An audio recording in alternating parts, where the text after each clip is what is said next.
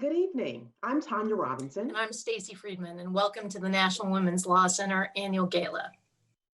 I think I speak for both Stacy and myself when I say we are truly honored to serve not only as co-hosts of tonight's virtual gala, but also as members of the National Women's Law Center Board of Directors. At KPMG, we believe where you were born, your socioeconomic background, your ethnicity, your sexuality, your gender, none of these things should affect whether you fulfill your potential. But this year, we've seen women bear the brunt of this crisis. Frontline workers, advocates, caregivers, grocery store workers, nurses, and everyone in between. That's why KPMG is proud to be a lead sponsor of tonight's event. And I want to thank all of you for joining us tonight, and particularly our sponsors for their generous financial support. Your investment during this pivotal time makes it possible for the Law Center's dedicated staff to show up every day to fight for equity and opportunity for all women. We showed up for this country, and now it's time to fight for the future we deserve. And this fight really does belong to all of us. And I know this gala is virtual, but it is in some ways remarkable because it gives us an opportunity to bring us all together across the country at such an important time. I'm honored to be here tonight representing JP Morgan Chase, which is also a co-sponsor. And we think about all the time, as many of you do, how do you fight against discrimination? How do you promote equality, particularly when it comes to sex discrimination? And the fact of the matter is that the National Women's Law Center is on the forefront of this. They're fighting to make sure that the laws that are there to protect women and girls are enforced. And let's be clear, as a lawyer, I understand this deeply because laws can be on the books, but to fulfill their promise, sometimes you have to come and fight. And that's what the Law Center is doing, is making sure that these laws fulfill their promise. And so again, thank you. Thank you for supporting us for the gala tonight. Thank you for supporting the National Women's Law Center, not just tonight, but its endeavors going forward to fight for justice for her and justice for all.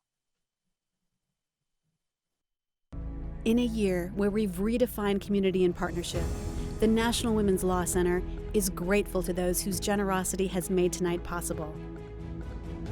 To our Leadership Circle sponsors, Cravath, Swain & Moore, Davis, Polk & Wardwell, JP Morgan Chase & Company, KPMG, Parker, Ibrahim & Berg, Paul, Weiss, Rivkin, Wharton & Garrison, PepsiCo,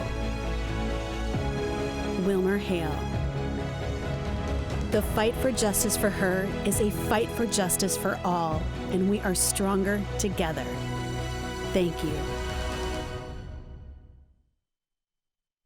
Please welcome actress and advocate Tia Sarkar. Good evening. Decades ago, my parents immigrated to the United States to start a new life, to imagine a future for their family, and for possibility. That possibility is what makes this country, this democracy, worth fighting for. It's not perfect, and it has left so many out of its story. We the people hasn't always included all of us, at least not in practice, and certainly not over the last 4 years. Racist religious bans, discriminatory religious refusals, children separated from their families and forced to be home from schools in this pandemic, assaults on our reproductive rights and our economic security. So you see, immigrants, Black, brown, and indigenous communities, queer folks and trans people, women, we've always had to fight against oppression and to be included in this country's consciousness. We've marched, filed suit, protested, demanded, and dissented. We haven't done that for fun. Trust me, it's not a mass movement case of FOMO. We demand equality because it's the same as fighting for our very lives. We seek equity because only then will we collectively prosper. And we fight for justice because only by centering those of us who have been regularly marginalized and left out will justice truly be available to all of us. So when I think of the theme tonight, the future we're fighting for, the future we deserve, I certainly think about all of the issues that are critical to that future, and you'll be hearing about them in a bit. But I also think about the responsibility we have to each other and to showing up for the work, and to do so with perspective, with kindness, with perseverance, and with grit, and always, always remembering, to quote the incredible Fannie Lou Hamer, "Nobody is free until everybody is free." And now, President and CEO of the National Women's Law Center, Fatima Goss-Graves. My sister made a recent discovery. She found records relating to one of our ancestors, Nathan Blackshear, born into slavery in Georgia around 1838. It turns out that during Reconstruction, Nathan had registered to vote as part of the registration drive for freed slaves. This was a man whose country had enslaved him for decades, but still he was determined to cast his ballot. The resilience that required not only to dream of a life of freedom, but to have the audacity to hope for a better future. That's why people vote. Because even in the most hopeless of times, they believe things can change, that things can get better. I believe that, even after the year that we have had. We've lost more than 200,000 people in this country to COVID-19. We've lost Breonna Taylor, George Floyd, Ahmaud Arbery, and so many others to racist violence. We've lost Congressman John Lewis and Justice Ruth Bader Ginsburg to cancer. And then there were other losses. Schools moved online, small businesses shuttered, social gatherings banned. So many, especially women, have been forced out of the workforce to meet the demands at home. And of course, this all capped off 4 long years of willful ignorance and lawlessness from the Trump administration. There are times in history that define a generation, that cause tectonic shifts in the ways we think and move and breathe, that are catalyzed by cruel twists of fate and built on years of sacrifice. This is one of those times. To some, it feels uncomfortable. When we demand justice for women, people get uncomfortable. When we demand racial justice, people get uncomfortable. And when we try to secure equal rights for the LGBTQ+ community, people get uncomfortable. But sometimes, discomfort is just a symptom of change. Because the truth is, 2020 has laid bare our society's weaknesses. Our democracy shouldn't have been this fragile. Our safety net shouldn't have been this threadbare. Coronavirus cured us of the idea that it should be every person for themselves. Now we know the only way out is through, together. And everyone has a role to play. And that includes the National Women's Law Center. Throughout this year, I've been reminded how incredible our staff, our board, and our many supporters are. At the Law Center, our job is to hold feet to the fire. Employers, Congress, the administration, ourselves.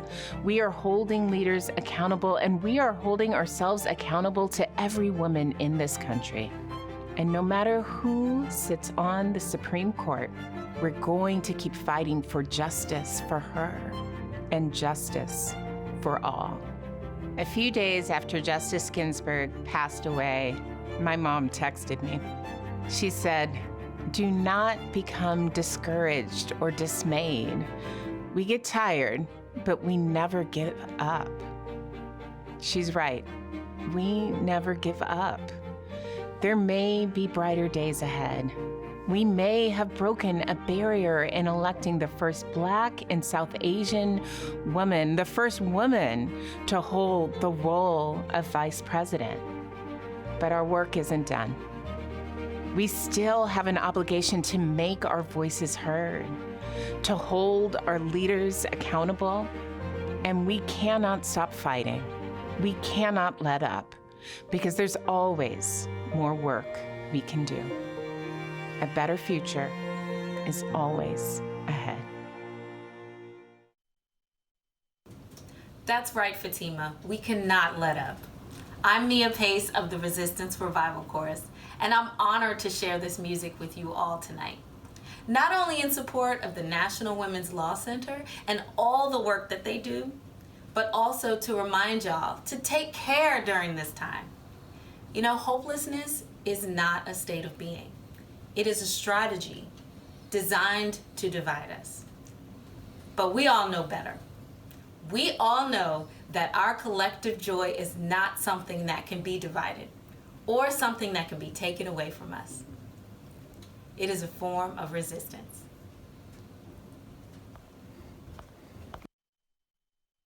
This joy that I have, the world didn't give it to me. Oh, this joy that I have, the world didn't give it to me. Don't you know that this joy that I have, the world didn't give it to me. Oh, I said the world didn't give it, the world can't take it away. Oh, this strength that I have, this strength that I have, this strength that I have. Oh, yeah, now. The world didn't give it to me. The world didn't give it to me. This strength that I have. Oh, yeah, the world didn't give it to me. The world didn't give it to me. This strength that I have. Oh, yeah, the world didn't give it to me.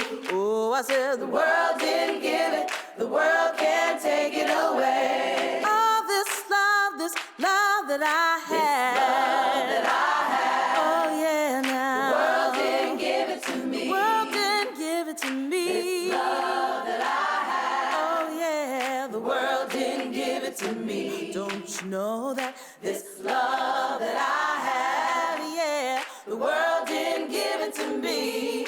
Singing, the world didn't give it, the world can't take it away. Oh, this pride that I have, this pride that I have. This pride that I have. Oh, yeah, now. The world didn't give it to me. The world didn't give it to me. This pride that I have. I said the world didn't give it to me. Don't you know that this pride that I have, yeah, the world didn't give it to me.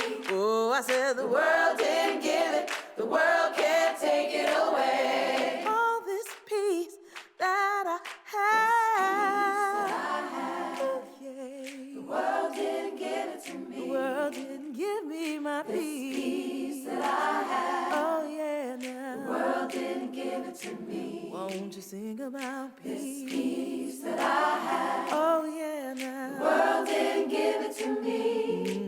I said the world didn't give it, the world can't take it away. All this joy that I have, this joy that I have, this joy that I have. Oh yeah, now, the world didn't give it to me. The world didn't give it to me. This joy that I have. I said the world didn't give it to me. Don't you know that this joy that I have, the world didn't give it to me. Oh, I said the world didn't give it, the world can't take it away. The world didn't give it and the world can't take it away. The world didn't give it, the world can't take it away. The world didn't give it and the world can't take it away. The world didn't give it, the world can't take it away. The world didn't give it and the world can't take it away. The world didn't give it, the world can't take it away.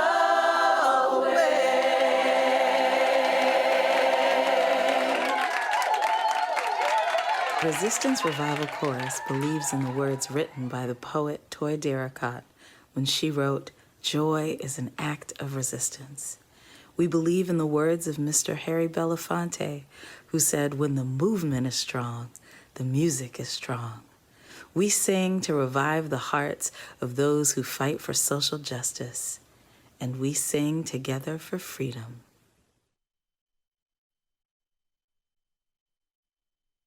Here to honor and remember Justice Ruth Bader Ginsburg, the chair of the Board of Directors for the National Women's Law Center, Jane Sherburne. When I first came to Washington in the 1970s, I did as many do, went to work on Capitol Hill. I was an aide to a progressive House member from Minnesota, and I was assigned to help the congressman craft legislation to reform Social Security so that it was fair for women. It was then I first heard of a lawyer from Brooklyn who was arguing at the Supreme Court that a widower should not be denied Social Security benefits simply because he was a man. That lawyer was, of course, the one and only Ruth Bader Ginsburg. I was fascinated that she chose to challenge sex discrimination by advocating for men. I studied her briefs and learned that this was but one piece of a long-term strategy. I not only admired it, I loved it. And I decided right then and there that if I could apply that kind of creativity, use that kind of shrewd and strategic thinking, that I should do something I hadn't seriously considered before, go to law school. If it weren't for Justice Ginsburg, my life would be completely different. All of our lives would be. Before we even had the words, she was advocating for justice for her, justice for all, arguing cases as a lawyer and handing down decisions as a justice that have tackled inequality in the nation's laws and that have changed the world for all of us. Justice Ginsburg may no longer be with us, but her legacy endures through you at home, through the Law Center, which holds her courage, her passion, her innovation as a beacon. She lives on in the work you're supporting tonight and in the future we are all fighting for. Many years after I first came to Washington, my law firm was asked by the White House to vet several candidates for the Supreme Court. I took the RBG assignment. I led a team that read everything she'd ever written, analyzing every brief, every opinion, every decision. And as you're about to see, it's no wonder we concluded that Ruth Bader Ginsburg belonged on the Supreme Court. I am, as you know, a first-generation American on my father's side. Barely second-generation on my mother's. Neither of my parents had the means to attend college. But both taught me to love learning. To care about people. And to work hard for whatever I wanted or believed in. Indeed, in my lifetime, I expect to see 3, 4. Even more women on the high court bench. Women not shaped from the same mold, but of different complexions. Not a law firm in the entire city of New York bid for my employment as a lawyer when I earned my degree.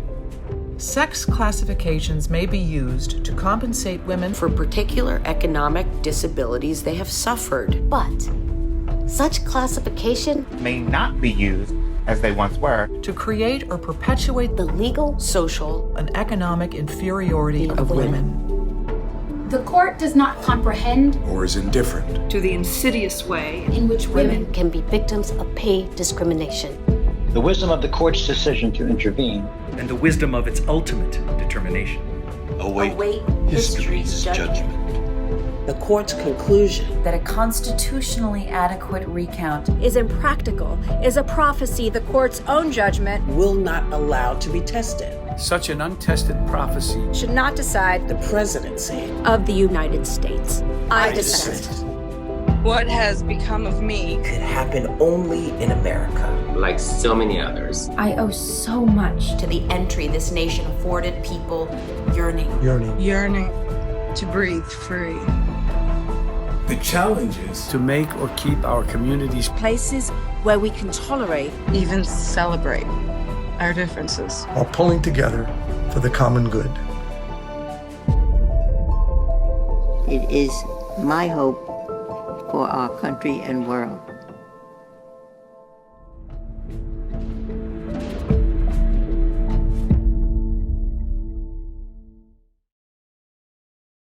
Joining us now, Senator Mazie Hirono. Welcome to everyone participating in this year's National Women Law Center's annual gala, virtually. With the election of Joe Biden and Kamala Harris, we're on our way to the future we deserve, the future we're fighting for. The National Women's Law Center has been at the forefront. You have been leaders in the fight for the Equal Rights Amendment, for gender equality, for women's health, and of course, for a fair, independent, and diverse judiciary. Unfortunately, that is not what we're getting with the hundreds of Trump judicial nominees now with their lifetime federal judgeships, with their ideological agendas. And of course, more importantly, with the addition of Amy Coney Barrett to the Supreme Court, this court is decidedly more conservative and less likely to consider the real world impact of their decisions. The lack of consideration for real world impact of the Supreme Court decisions was something that really concerned Ruth Bader Ginsburg in her very powerful dissents. With this court, Roe v. Wade, the Affordable Care Act, Obergefell, voting rights, workers' rights, so many of the hard-fought rights that we thought we had won are at risk. In fact, the battles we thought we've won don't stay won, so eternal vigilance is required of all of us. And I will continue to fight alongside you to protect and expand these hard-fought rights. We have a lot of work to do ahead, but I want to thank the National Women's Law Center for decades of leadership. Mahalo and aloha. The future we're fighting for ensures that everyone has access to comprehensive, quality, affordable health care. This includes reproductive health care. And in our future, the systems that have created unequal and unjust healthcare access will be dismantled and rebuilt. Black, brown, and Indigenous women will not be sidelined or afterthoughts in our healthcare system. The future we're fighting for is one where a person will not only have the right to abortion care, but also the ability to access one. Because access to abortion means equality and economic security. Abortion actually will be viewed as what it really is: love, healing, justice, and freedom. In the future we're fighting for, a person's needs, not white supremacy or misogyny, will drive healthcare decisions, laws, and policies. Please welcome actress and star of the show Dear White People, out now on Netflix, Logan Browning. Good evening, everyone. I am so thrilled to be here tonight with the National Women's Law Center on the heels of a very important and decisive moment in our nation's history. Audre Lorde once said, "The love expressed between women is particular and powerful because we have had to love in order to live. Love has been our survival." That love can take many forms in terms of our survival, including the love of ourselves and the love of our bodies. And that is what reproductive health is for people in this country. It's access to birth control and access to abortion as basic freedoms and selflessness. And it's equitable access to all of these reproductive rights as justice. The National Women's Law Center has been fighting all of the constant obstructions to these basic needs and rights day in and day out. These rights are enshrined into law. However, access to them, being denied, is a right denied. And that is why they fight so hard to make sure that everyone, no matter where they live, how much they make, what they look like, have access to their reproductive rights. And that they make sure that our reproductive rights are a part of our basic health care. And I'm so grateful and honored to be fighting right alongside them, making sure that our future includes a world where our reproductive rights are a part of our basic health care. Thank you so much for being here, and take care. The future we're fighting for will have safe, equitable schools. We will have safer learning environments and equality for girls. Schools will be free from sexual harassment as we continue to strengthen Title IX protections. The future we're fighting for ends school pushout. We will listen to the voices of girls of color, particularly Black girls. We will follow their lead to ensure that unfair discipline and dress codes have no place in our educational institutions. We will center the histories, identities, and experiences of LGBTQ+ communities of color.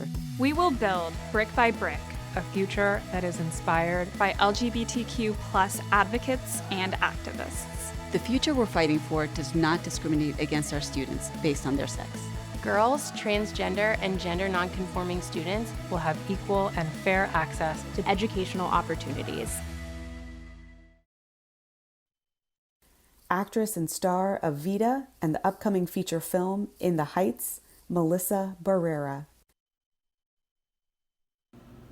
Hello, I'm here to talk about the health, wellness, and safety of students in this country, especially girls of color and LGBTQ+ students. We've talked a lot tonight about the future we're fighting for, and these young people are our future. Yet, so many of them go to school every day feeling marginalized, unsafe, unprotected, and therefore unhappy. Girls of color are being pushed out of school every day because of unfair discipline practices. They're dealing with unequipped schools that lack trauma-informed approaches, and sexual harassment on campuses keeps them from being able to focus on learning and therefore being able to succeed. But we are fighting for them and for more. In fact, this past summer, the National Women's Law Center filed a lawsuit against Betsy DeVos and the Trump administration's Department of Education, challenging their disastrous Title IX rules. The rules reduce the school's obligations to respond to sex-based harassment while simultaneously stacking the deck against those who complain about sexual harassment. And we're working with courageous students across the country on research and legislation that would enable their schools and communities to better care for LGBTQ+ students and Black and brown girls. I couldn't be happier to introduce two of those students tonight. Q, a brick-by-brick fellow who worked with the Law Center to develop a curriculum that enables LGBTQ+ students of color to become leaders and advocates and create change in their schools. And Angela, the co-author of We Are Not Invisible, a groundbreaking report and roadmap for action to address the mental health crisis facing Latina girls in this country today. Hello everyone, my name is Angela and I'm one of the co-authors of We Are Not Invisible. And I'm Q, a brick-by-brick fellow. Schools are supposed to be environments where we can learn and build our communities, our passions, our friendships, our self-esteem, our future. But so many students aren't being treated with dignity or respect and are being denied the chance to be the leaders they envision themselves to be. We've seen students of color be over-policed and under-supported. Black and brown students' mental health needs should be taken seriously, especially at a time when the Trump administration is attacking our rights. And LGBTQ+ students deserve to be represented and feel seen and powerful. Our histories and identities matter. We work with the National Women's Law Center to build the type of education and support we want to see in our schools. From Brick by Brick, a first-of-its-kind advocacy curriculum designed to build and inspire LGBTQ+ students of color, advocates, and activists. So We Are Not Invisible, a report co-authored by Philadelphia students that is addressing the mental health crisis impacting Latina students across the country. We're building projects for students, by students, with help from experts in policy and education from the National Women's Law Center. Because centering those who are closest to the pain is the only way for us to create meaningful solutions to issues we face, whether they're in our policies, our laws, our curriculum, or our culture. Over the course of our history, young people have shown up again and again to fight for issues that would move society forward. But we also need to fight for ourselves, and we need you with us because we should also be the co-authors of our future. And that is a future worth fighting for. Please welcome Senator Cory Booker. Hi, it's Cory Booker. What an honor to be able to again address the National Women's Law Center. I'm inspired by you, and sitting here now, I am remembering that it was 3 years ago that I spoke to the National Women's Law Center, sitting in the light of John Lewis, who addressed you with me.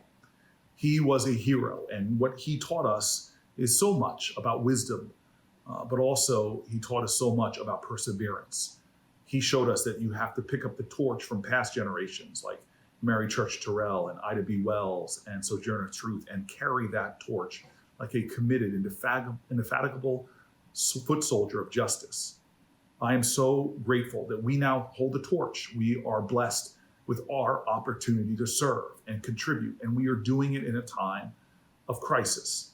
We are a nation in the middle of a pandemic that is disproportionately impacting the lives of African Americans. And we also know that our aspiration is not to go back to normal, because normal was a time when Black women were dying at multiple times the rate of white women in childbirth. Normal was a time that we are a nation that allows horrible laws that see the deaths of people like Breonna Taylor or the rise of deaths of Black trans women.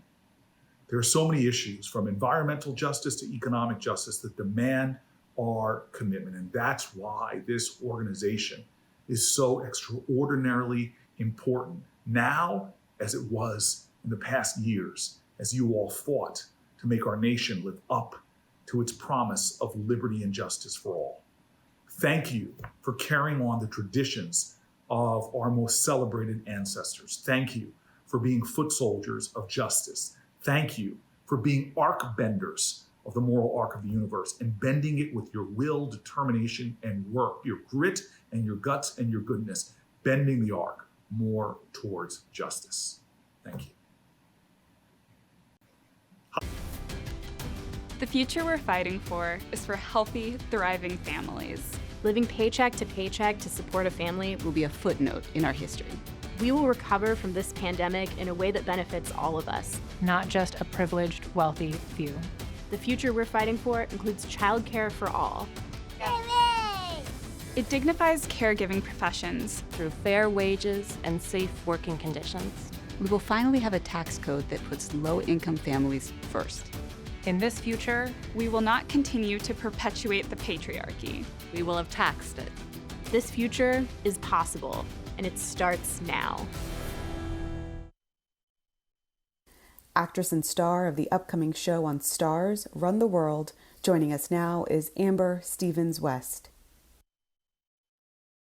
Hi everyone, I am so happy to be here with this community after the lifetime that we have lived in the last 9 months alone.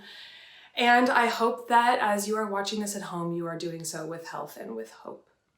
Our country has been devastated by the COVID-19 pandemic in ways unforeseen, but mostly in ways that were entirely preventable. But though this crisis was brought to us by coronavirus, it was made possible by the systemic failures that have long been a part of the fabric of our nation, including the state of our childcare industry. I'm here today not only as an advocate, but as a mother. The National Women's Law Center has been leading the fight for affordable, high-quality childcare for the better part of its very existence. When this pandemic hit, our kids were at home. Childcare providers were laid off or left without the resources to safely operate, and working families were at the end of their ropes. The Law Center surged forward. Through their advocacy and research, they have been crystal clear about what people in this country need and how much it's going to cost. Say it with me, $50 billion. Now that might sound like a lot, and some people told the Law Center not to aim that high, but when you think about the fact that without the intervention, half of the providers in this country would not make it through lockdown, it seems like pennies. The childcare industry is the backbone of our economy. When women work, our country is more prosperous. When children are safe, our future is more bright. And when those skilled providers, who are disproportionately women of color and immigrant women, earn fair wages, our communities thrive. And that is a future that we deserve. Thank you. And now, actress and author of The Rural Diaries, Hillary Burton. 3 years ago, a flood of tweets reverberated across the world. Me Too. It brought Tarana Burke's brilliant Me Too framework to the forefront of the fight to end sexual harassment and violence in workplaces, homes, and campuses. And it shined a painful spotlight on how pervasive this epidemic is in our society and the spectrum on which women and girls feel fundamentally unsafe in so many aspects of their lives. But thanks to continued work from individuals like Tarana Burke and organizations like the National Women's Law Center, they didn't let those tweets just be a moment. It became a movement.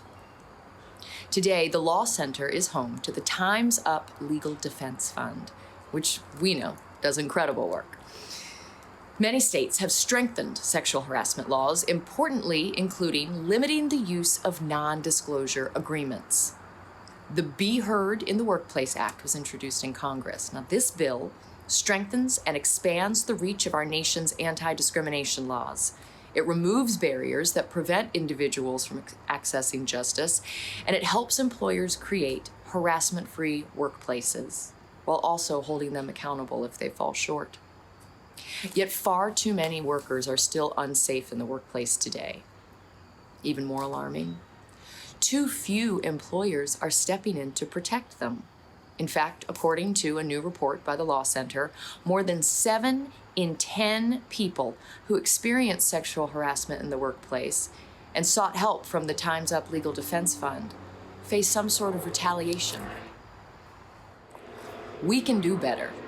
Our culture, our institutions, our communities, we can stop being complicit and devaluing the experiences of survivors, and instead start valuing work safety and work with us to shift power away from the abusers.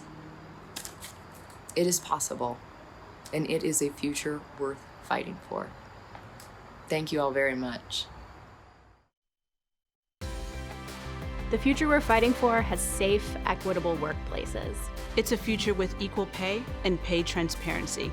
Where women, whether Black, Latina, Indigenous, or Asian, make an equal dollar to every dollar paid to men. Work schedules and wages will sustain all working people, not just employers. And those same employers will meet the needs of pregnant and parenting workers. We will have at least a $15 minimum wage for all workers, including tipped workers. If survivors can be heard today, our tomorrow will finally be free of the threat of sexual harassment and violence. The future we're fighting for will make the workplace safe and fair for women in the United States. This is a future that dignifies the life of all workers. Please welcome professional soccer player Ali Long. Last year, me and a bunch of badass women on the U.S. Women's National Team brought home the World Cup trophy to the United States. Our win was hard fought. It was thrilling. We sipped some tea. But despite our victories on the field, we're fighting for equal pay in the courts off the field. But we know we're not alone.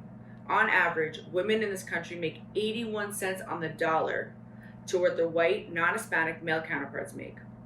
Black women make just 62 cents on the dollar, which isn't surprising despite their foundational role in building America and its economy. Black workers have always faced discrimination in the U.S. workforce, and Black women even more so.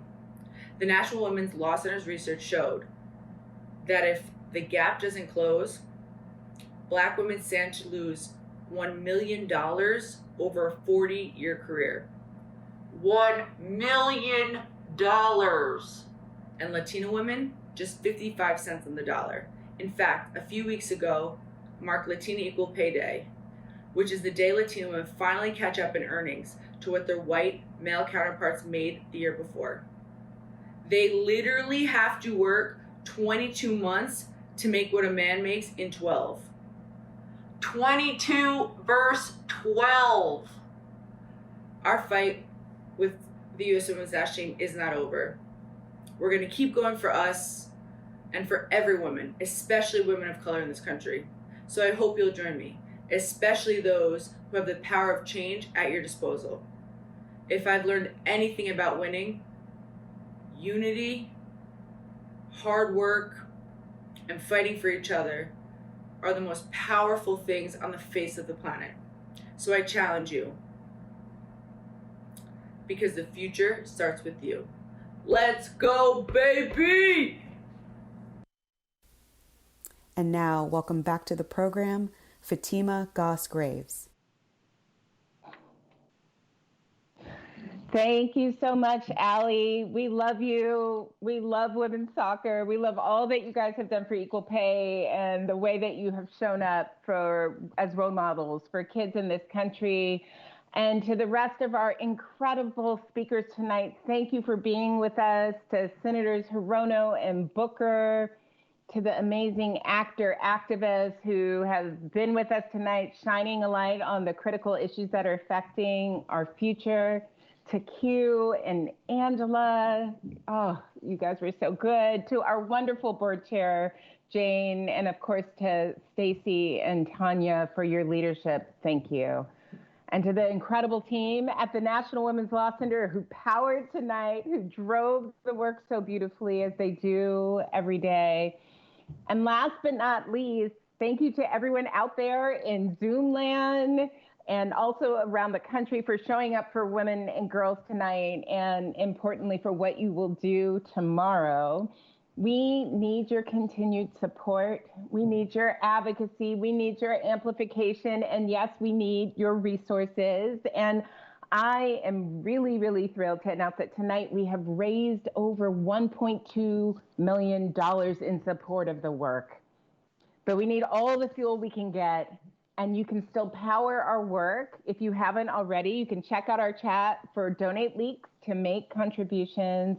And I hope you have a wonderful evening. And now back to the Resistance Revival Chorus to take us out. Good night, everyone. We're gonna take everyone out tonight into the light to remind everyone that there are brighter days ahead and that this community, our community, is gonna be okay. So, I want you to get on your feet. I want you to dance with me and sing with me. Because you know what? We've got this.